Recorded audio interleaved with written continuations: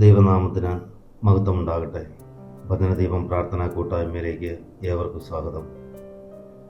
ഇന്ന് ഞാൻ നിങ്ങളുടെ മുൻപിൽ വരുന്നത് വളരെ സന്തോഷകരമായൊരു സാക്ഷ്യം പങ്കുവയ്ക്കാനാണ്.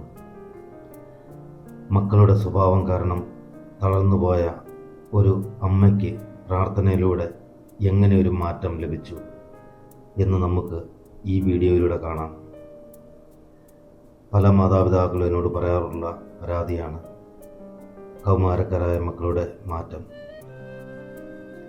ഇവിടെ ഷിബി എന്ന സഹോദരിക്ക് പറയാനുള്ളതും അതുതന്നെയായിരുന്നു. തൻ്റെ മകൻ തന്നോടും ഭർത്താവിനോടും മാസങ്ങളോളം സംസാരിക്കാതിരുന്നു, ദേഷ്യപ്പെട്ടിരുന്നു. ആ ഒരവസ്ഥ. എന്നാൽ പരിശുദ്ധ അമ്മയുടെ ഈശോയുടെയും ഈശോയോടുള്ള പ്രാർത്ഥനയാലും വിശ്വസിച്ച ആ അമ്മയ്ക്ക് ദൈവം വലിയൊരു അത്ഭുതം നൽകി. ആ മകൻ ഇന്ന് പൂർണ്ണമായി മാറി സ്നേഹമുള്ളവനായി. ആ മകൻ ഇന്ന് അമ്മയോടൊപ്പം സന്തോഷത്തോടുകൂടി ജീവിക്കുക. അവരുടെ സന്ദേശം നമുക്കൊന്ന് കേൾക്കാം. എൻ്റെ പേര് ഷിബി. ഞാൻ ഷിജോ ബ്രദറിനെ അപ്രോച്ച് ചെയ്തത് ഒരു ഭയങ്കര ഒരു ഡിഫിക്കൽട്ട് സിറ്റുവേഷനിലാണ്. എൻ്റെ കൊച്ചൊരു ടീനേജ് പ്രായമുള്ള 16 വയസ്സുള്ള കൊച്ച്. അവൻ ഞങ്ങളെ അനുസരിക്കത്തില്ല. ഞങ്ങളെ കാണുന്ന അവനെ ഇഷ്ടമില്ലാതെയായി. എന്നോടും എൻ്റെ ഹസ്ബൻഡിനോടും ഒരു മാസത്തിൽ കൂടുതൽ സംസാരിക്കാതിരുന്നു. ഞാൻ വീണ്ടും പിന്നെയും പോയി അവനോട് സംസാരിക്കുന്നു. പക്ഷേ അവൻ എന്നോട് ഇപ്പോഴും പറയുന്നു ഐ ഹേറ്റ് യു എന്ന് മാത്രമേ പറയുന്നുണ്ടായിരുന്നുള്ളൂ.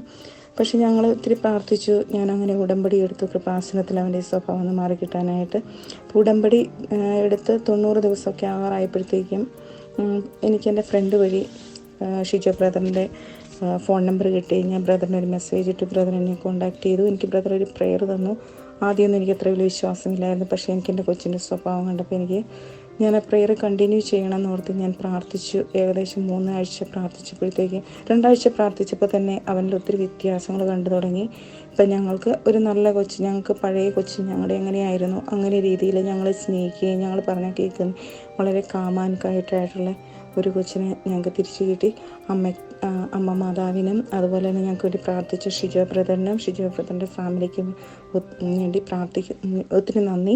അതുപോലെ തന്നെ ഫാമിലിക്ക് വേണ്ടി പ്രാർത്ഥിച്ചുകൊണ്ട് ഞാനിവിടെ നിർത്തട്ടെ. Thank you. നിങ്ങളിപ്പോൾ കേട്ടതുപോലെ പ്രാർത്ഥിച്ചാൽ തീർച്ചയായിട്ടും നിങ്ങൾക്ക് ഉത്തരം കിട്ടും. നമുക്ക് ഉത്തരം നൽകുന്ന ഒരു ദൈവം നമുക്കുണ്ട്. നിങ്ങളുടെ മക്കളോ ഭർത്താവോ വഴിതെറ്റി പോകുന്നുവെങ്കിൽ തീർച്ചയായിട്ടും വിഷമിക്കാൻ പാടില്ല.